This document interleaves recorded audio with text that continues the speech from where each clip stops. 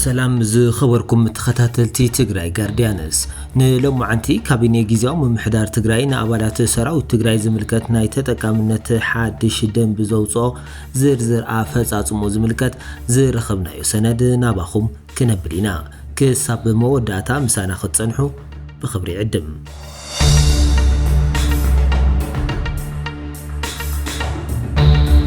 حايل ጸጥታ ትግራይ ኣብ ልዕሊ ትግራይ ዝተፈጸመ ጂኖሳይዳዊ ወራር ንምምካት ብመሰረተ ኣዋጅ ህጹጽ ኣዋን ቁጽሪ 359/2013 ዓመተ ምህረት ዝተገበረ ጻውዒት ክተት ብምቕባል ብዝለዓለ ተወፋይነት ዝፈጸሞ ታሪኻዊ ጅግንነት ኣፍሉጦን ክብርን ንምሃብ ብቐጻልነት ውሕስና ግዛታዊ ሓድነት ትግራይን ዝተማልአ ሰላምን ጸጥታን ህዝቢ ትግራይ ንምርግጋጽ ዘይትካእ ግደ ዘለዎ ብምዃኑ ነዚ ልኡኽ እንትፍጽም ድማ ዝተማልአ መንግስታውን ሕጋውን ድጋፍ መበረታታዕን ክግበረሉ ኣገዳሲ ብምዃኑ መሰል ተጠቃምነት ሓርበኛ ብሕጊ ተደንጊጉ ኣብ ስራሕ ስለ ዝወዓለን ኣባላት ሓይሊ ጸጥታ ትግራይ እውን ብተመሳሳሊ ብሕጊ ምድንጋግ ኣዝዩ ኣገዳሲ ምዃኑ ስለ ዝተኣመነሉ ቤት ምኽሪ ስራሕ ፈጻሚት ጊዜያዊ ምምሕዳር ትግራይ ብመሰረት ቤት ምኽሪ ሚኒስትራት ፌደራል ሓቋፉ ጊዜያዊ ምምሕዳር ክልል ትግራይ ንምጥያሽ ዘውፅኦ ቁጽሪ ደንቢ 533/2015 ዓመተ ምህረት አንቀጽ 5 ንኡስ አንቀጽ 1 ዝተውሃቦ ስልጣን እዚ ደንቢ ኣውፅኢሎም እቲ ብካቢኔ ጊዜያዊ ምምሕዳር ትግራይ ጸዲቑ ዘሎ ደንቢ ተጠቃምነት ሓይልታት ጸጥታ ትግራይ 17 አንቀጻት ዝሓዘ እንትኸውን ኣብ አንቀጽ 6 ኣባል ሓይሊ ጸጥታ ትግራይ መሰልን ተጠቃምነትን ንምርካብ ከማልኦ ዝግባእ ረቑሒታት ዘርዚሩሎም ካብቶም ቁልፊ ረቑሒታት ድማ ኣባል ሓይሊ ጸጥታ ትግራይ ኮይኑ ኣብ ልኡኽ ዘሎ ምዃኑ ሕጋዊ መረጋገፂ መረዳእታ ካብ ቢሮ ከቕርብ ዝኽእል እንትኸውን ከምኡውን ኣብ አንቀጽ 11 12 እዚ ደንቢ ካብ ዝተቐመጡ ክልከላታት ነፃ ምዃኑ መረጋገፂ ከቕርብ ዝኽእል ምዃኑ ይገልጽ ኣብ ክፍሊ ክልተ አንቀጽ 7 ብዛዕባ ሓበራዊ መሰልን ተጠቃምነትን ኣባል ሓይሊ ጸጥታ ትግራይ ዘቐመጦ ድማ መሰል መሃያን ድጎማን ዝምልከት እንትኸውን መንግስቲ ብዘውፅኦ ስኬል መሃያ መሰረት ወርሓዊ መሃያ ከም ዝወሃቦ ክሰናበት እንከሎ ኣገባብነት ብዘለዎ ሕጊ ድጎማ ከም ዝወሃቦ እዩ ዝገልጽ ካልእ ድማ ምስ መሰል ኣባልን ትራንስፖርትን ተተሓሒዙ ኣብቲ ጸዲቑ ዘሎ ሓድሽ ደንቢ ፍሉይ ሞያ ዝሓዘ ምድብ ስራሕ ተመዲቡ ኣብ ምስራሕ ዝርከብ ብሞይኡ ዝተዋፈረ ኣባል ሓይሊ ጸጥታ ትግራይ ፍሉይ ሞያ ኣበል ክኽፈሎ ከም ዝኽእል ብምደባ ብዝውውር ንትምህርቲ ወይ ንስልጠና ዝንቀሳቐስ ኣባል ናይ ትራንስፖርት መዓልታዊ ኣበል ከም ዝኽፈሎን ወይ ድማ ከም ኩነታቱ ቀለብ ከም ዝዕደሎም ይድንገግ ብተወሳኺ ድማ ምስ ተተሓሒዙ ብገበን ወይ ብዲስፕሊን ተኣሲሩ ቅጽዓቱ ፈጺሙ ብይቕርታ ወይ ብምሕረት ካብ ማእኸል ሪሃብቴሽን ብማእኸል ኣብያተ ህንፀትን ወፂኡ ናብ ኣሃድኡ ዝምለስ ኣባል ሓይሊ ጸጥታ ትግራይ ናይ ትራንስፖርትን መዓልታዊ ውዕሎ ኣበልን ይኽፈሎ ወይ ድማ ቀለብ ከም ዝዕደሎ እዩ እቲ ደንቢ ደንጊጉ ዘሎ ካልእ ድማ ኣብዚ ሓድሽ ወፂኡ ዘሎ ደንቢ ኣብ አንቀጽ 7.3 ብዛዕባ ተጠቃምነት መሬት ዝምልከት ይገልጽ ኣብ አንቀጽ 7.3 ንኡስ አንቀጽ 1 ከም ዝቐመጦ ሓደ ኣባል ክጋደል ከሎ ብቐዋምነት ይነብረሉ ኣብ ዝነበረ ወረዳ ወይ ድማ ከተማ ወይ ድማ ዝነብረሉ ዝነበረ ጣብያ ገጠር እንተኾይኑ ድማ ናብ ዝነብረሉ ጣብያ ዝቐረበ ከተማ ንመንበሪ ገዛ መስርሕ ዝኸውን ቦታ ከም ዝረክብ እዩ ዝድንገግ ናይቲ ዝዕደል መንበሪ ገዛ መስርሕ ዝኸውን ስፍሓት ቦታ ዝምልከት ድማ ኣብቲ ደንቢ ዘካተተ እንትኸውን ካብ ጥቅምቲ 24/2013 ዓመተ ምህረት ክሳብ ሰነ 21/2013 ዓመተ ምህረት ናብ መኸተ ዝተሰለፈ ኣባል ዝረኸቦ ስፍሓት ቦታ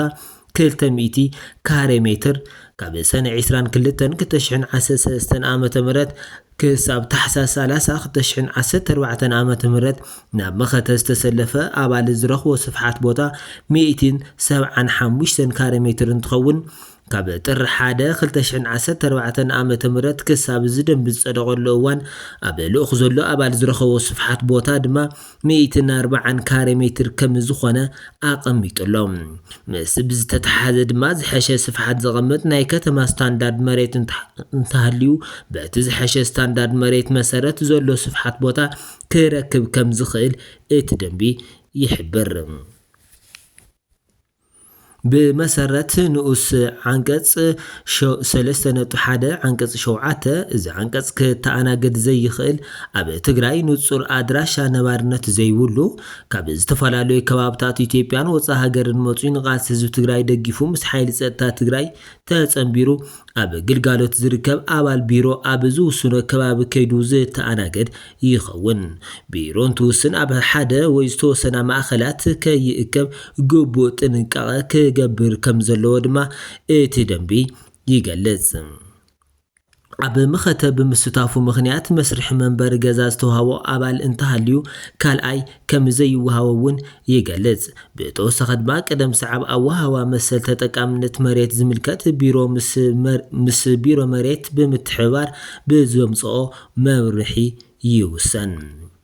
تتقامنت حكمنا زملكت دما أب ببركو كابزلو قلقالو تتعنا كساب العلوى كفل حكمنا حيلي صدتا تقراي بنصا حكمنا يركب كاب كفل وصا بفقاد وي بلوخ أب زنقساقسلو غيزي صقم تعنا انتقاطمو أب قرو زركب هزواو تكالات تعنا بنصا حكمنا يركب بسرعة ريفرال أب زم حدر أب تقراي زركب منقستاو تكال تعنا كم كبدت صقم تعنو نصا قلقالو حكمنا يركب بمخنيات زوصحو كبيد مقرات زلعالي حكمنا زدليو أبال عقم منقست تقراي أب قمت بمئتاو بيرونا برئس من محدار بمغرب كوسن يخيل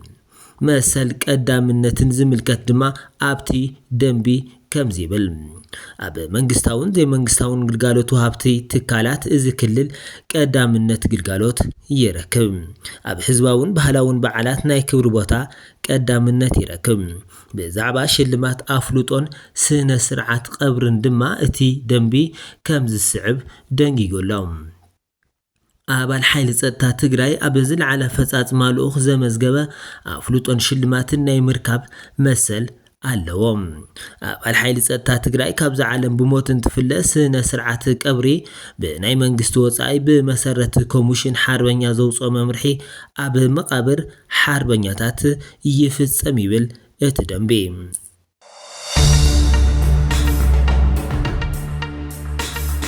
كالق دما أب عنقص شوعته حافشاوي ما طقم زملكت تدنبي يقلز تدنبي أب زرزر نتوي كم زقلصو دما سروع قلب نصا بمنقستي يقرولو وي دما يعدلوم بمنقست فقاد بولكن بحبارن أب كامب زولو أبال نا إلكتريك ماينا قلقلوتن بنصا زركب انتخون بملكع كامب ناي حوار مسألة دما يقرولو أب عمت كل تغيار ناي سرح مفلي ملو دم بخدان يقرولو نسرحن سلطنان زوعلتو تاب حفشان كل أبال بعمت حادا جزاز قرب كوينو قندما بفولي مويازة قلقل أبال بعمت كل تجزا يقرولو كوبرتا أب كل تعمت حادا جزي أنسولا أب عمت حادا جزي قلقالوت مدك أسزو علمانتف بعمت كل تجزي جاما بعمت كل تجزي كالسي بعمت كل تجزي نعيدك قوتو أب 4 عمت حادا جزي يقرولو يبل اتزوزا حادش دنبي بتوسخ دما ناس عدقف مخري حقي قلقالوت تبقنا مخرسنا لبونان فترة سرحن كاب كفلو جميرو كساب العلوى حق خفلي حيل ستا يركب كالي إن حيل ستا زدليو دقافاتن مسارحتاتن بيروج بوت عقم منقستن كونتاتن مسارت بمقبار انتوسن يقرب يبل كال إدما أب عنقص شمونته سدرا أبال حيل صدتا تقراي زي سعبته تقامنت مسلن بنصا يركب قداماي حكمنا أب منقستاو تكال تعنا وشتي تقراي بسراوي تقراي زم حدرات تكالات تعنا نبعت بيتو تحت 18 عامت ولادو بنصا يقلقل كالاي سدرا أبال مفلي مللي كارد حيل صدتا تقراي كحزو ኣለዎም ሳልሳይ ኣብ ንኡስ ሓደ እዚ ዓንቀጽ ተገለጸ መሰል ተጠቃምነት ሕክምና ብኣገልግሎት መድሕን ጥዕና ክወሃብ ዝኽእል ግልጋሎት ሕክምና ወይ ጸገም ጥዕና እንተኾይኑ ወጻኢኡ ብመንግስቲ ይሽፈን بسرعة قلقالوت شفان مدحن تعنا كيف تصملو زخيل آقباب كوسن يخيل زرزرو مسبيرو تعنا بحبار بمخان بزوات مبرحي كمزو سنون يقلز رابعي أبال حيلي ጸጥታ ትግራይ እንትስዋዕ ብደበስ መልክዕ ንወረስቱ ብሓደ ግዜ ዝኽፈል ኮይኑ ኣብ ኩናት እንትስዋዕ ናይ ሓደ ዓመት መሃያ ካብ ኩናት ወፃኢ ምስ ልኡኽ ዝተተሓዘ እንትስዋዕ ናይ 6 ወርሒ መሃያ ብናይ ባዕሉ ሸለልተኝነት ምኽንያት እንትስዋዕ ናይ 3 ወርሒ መሃያ ኣብዚ ዓንቀጽ ዝተገለጸ ከም ዘሎ ኮይኑ ዓርሰ ቅትለት ዝፈጸመ ኣባል ንወረስቲ ደበስ ኣይኽፈልን ይብል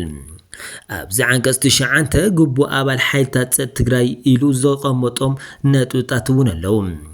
ቀዳማይ ኣባል ካብ ውርሲ ወፃኢ ብመሰረት ዝደንብ ዝረኸቦ መሰል ተጠቃምነት መሬት ናብ ካሊእ ሰብ ምምሕልላፍ ምሻጥ ምልዋጥ ዝተኸልከለ እዩ ካልኣይ ኣባል ሓይሊ ጸጥታ ትግራይ ኣብ ዝደንብ ዝተቐመጡ መሰላት ተጠቃሚ ዝኸውን ሰላምን ጸጥታን ህዝቢ ትግራይ ብቐጻልነት ኣብ ምውሓስ ብዝኾነ ካሊእ ዘይትካእ ግደ ዝፃወት ምዃኑ ኣሚኑ ኣብ ልኡኽ ክጸንሕ ክቕጽልን ኣለዎ ኣብ ዓንቀጽ 10 ብኻሊእ ሕጊ ዝተደንገገ ዝሐሸ መሰልን ተጠቃምነትን ሕልው ምዃኑ ብኻሊእ ሕጊ ንኣባል ሓይሊ ጸጥታ ትግራይን ስድሮኦምን ኣብ ዝደንቢ ካብ ዝተደንገገ ዝሐሸ መሰልን ተጠቃምነትን ዘውህው እንተኾይኑ ብምርጫ ኣባል ተፈጻሚ ከም ዝኸውን ይገልጽ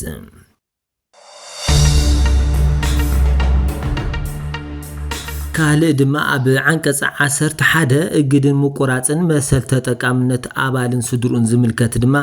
ቀዳማይ እግድ መሰል ተጠቃምነትን ኣባልን ስድሩን ዝስዕቡ ተግባራት ፈጺሙ ተባሂሉ ዝተጠርጠረ ኣባል መሰልን ተጠቃምነትን ብግዝያውነት ክእገድ ከም ዝኽእል ይሕበር ሓደ ብናይ ሓሶት መረዳእታ ኣብ ዝደንቢ ዝተደንገጉ መሰላትን ጥቕምታትን ብውቁዕ ምኽንያት እንትረክብ ካልኣይ ብኣባል ሓይሊ ጸጥታ ትግራይ ወይ ስድርኡ ናይ ይግበአኒ ጥርዓን ብጽሑፍ እንትቐርብን እቲ ዝቐረበ ጥርዓን ንምእጋድ ብውቁዕ ኮይኑ እንትርከብ ሳልሳይ መሰልን ተጠቃምነትን ብግዝያውነት ንምእጋድ ምኽንያት ዝኾነ ትኽክለኛነቱ እንትረጋገጽ ጠቕሊሉ ይቋረጽ ራብዓይ ብዘይ ፍቓድ ካብ ዝነብረሉ ክፍሊ ንልዕሊ 2 ወርሒ ተፈልዩ ዝጸንሐ ሓምሻይ ግዝያዊ እግድ ዝጸንሐሉ ግዜ ን2 ወርሒ ይኸውን ሻድሻይ ዝቐረበ መእገድ ምኽንያት ትኽክል ዘይምዃኑ እንትረጋገጽ ግዝያዊ እግድ ተላዒሉ ዝነበሮ መሰልን ተጠቃምነትን ይኽበረሉ ይብል እቲ ወፂኡ ዘሎ ሓድሽ ደንቢ ምቁራጽ መሰል ተጠቃምነት ኣባል ስድሩን ኣብ ልኡኹ እናሃለወ ቀጺሎም ዝተገለጹ ገበናት ፈጺሙ ተኸሲሱ ብቤት ፍርዲ ጥፍኣተኛ እንተተባሂሉ ዝረኽቦ መሰል ተጠቃምነትን ይቋረጽ ቀዳማይ መንግስቲ ሕገ መንግስታዊ ስርዓትን ትግራይ ብሓይሊ ምፍራስ ገበንን ዝገበን ንምፍጻም ዓሊሞም ዝንቀሳቐሱ ሓይልታት ዝተሰለፈ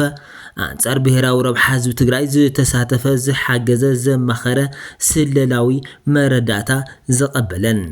ካልኣይ ገበን ዘሕጋው ዝውውር ሰብን ብሰብ ምንጋድን ገበን ሳልሳይ ገበነ ገዲድካ ምድፋርን ገበን ከቢድ ምዕጋት ሰብን ገበን ከቢድ ክትራን ገበን ከቢድ ስርቂ ግዕዝይና ስርቅን ምዕናውን መሰረተ ልምዓት ገበን ዘሕጋው ዝውውርን ንግዲ መሳርሒ ኩናት ኮነ ተባሂሉ ዝፍጸም ገበን ቅትለት ሰብ ኣባል ዝኾነ ይኹን ንልኡኽ መፈጸም ዝተውሃቦ ወይ ዝተረከቦ መሳርሒ ወይ ዕጥቂ ዝሸጠ ወይ ዘጥፍአ ዝኾነ ይኹን ኣባል ዝሰለመ ወይ ዝኸድዐ ምዃኑ ብቢሮ እንተተረጋጊጹ ዝተውሃብዎ መሰላቱ ከም ዝቋረጽ እቲ ደንቢ ይገልጽ ኣብ ድንጋገ ንኡስ ክልተ ዝዓንቀጽ ዝተገለጸ እንተሃለውን ዝስዕቡ መሰላት ግን ኣይቋረጹን ኣባል ዝለዓለ ፈጻጽማ ልኡኽ ብምዝጋብ ዝረኸቦ ኣፍሉጦን ሽልማትን ኣባል ዝረኸቦ ግልጋሎት ሕክምና ኣባል ክቋረጹ ከም ዘይኽእሉ እቲ ደንቢ ይገልጽ ካልእ ድማ ኣብ ክፍሊ 3 ዓንቀጽ 12 ብዛዕባ ግቡእ ምትሕብባር ዝምልከት ዝደንገጎ ደንቢ ድማ ቀዳማይ ዝኾነ ይኹን ሰብ መንግስታውን ዘይመንግስታውን ትካል ክልል ውልቀ ትካል ንግዲ ንኣፈጻጽማ እዚ ደንቢ ክትሓባበር ግቡእ ኣለዎም ካልኣይ ቅድሚ ሕዚ ኣብ መንግስታዊ ትካል ተቆፂሩ ዝሰርሕ ዝነበረ ኣባል ሓይሊ ጸጥታ ትግራይ ናብ ዝነበሮ ስራሕ እንተመሊሱ ንኽሰርሕ እቲ መንግስታዊ ትካል ክቕበሎ ግቡእ ኣለዎ ዝርዝር ኣፈጻጽምኡ ቢሮ ሲቪል ሰርቪስ ብዘውፅኦ መምርሒ ከም ዝውሰን ድማ እቲ ደንቢ ይገልጽ عنቀጽ 13 ድማ ትሓታትነት ዝምልከት ኣብዚ ደንቢ ዝተደንገገ መሰል ተጠቃምነትን ዘይተግበረ ወይ ክትግበሩ ዘይተገበረ ወይ ድማ ኣብዚ ደንቢ عنቀጽ 12 ዝተጠቐሰ ግቡእ ዘይፈጸመ ዝኾነ ይኹን ሰብ መንግስታዊ ቤት ዕዮ ብዝምልከት ዝምልከቶ ሓላፊ ወይ በዓል ሞያ ኣግባብነት ብዘለዎ ሕጊ ተሓታቲ ይኸውን ውልቀ ትካል ንግዲ ወይ ዘይመንግስታዊ ትካል ዝምልከት ድማ ሓላፊ ወይ በዓል ሞያ እቲ ትካል ኣግባብነት ብዘለዎ ሕጊ ተሓታቲ ከም ዝኸውን ይገልጽ ኣብ عنቀጽ 14 ስልጣንን ምውፃእ መምርሕን ዝምልከት ድማ ንኣፈጻጽማ እዚ ደንቢ ዝርዝር መምርሒ ምውፃእ ዘድልዮ ዋኒን እንትህሉ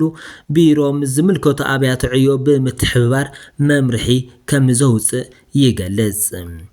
ኣብ عنቀጽ 15 ተፈጻምነት ዘይብሉ ሕጊ ኣብዚ ደንቢ ኣብ ዝተሸፈኑ ዋኒናት መሰልን ጥቕማጥቕምን ኣባል ዝጸባእ ዝኾነ ይኹን ሕጊ ተፈጻምነት ከም ዘይብሉ ይገልጽ ኣብ መወዳእታ ድማ عنቀጽ 17 ተፈጻሚ እዚ ደንቢ እዚ ብቤት ምኽሪ ስራሕ ፈጻሚ ጊዜያዊ ምምሕዳር ትግራይ ካብ ዝጸደቐሉ ዕለት ጀሚሩ ተፈጻሚ ከም ዝኸውን ይገልጽ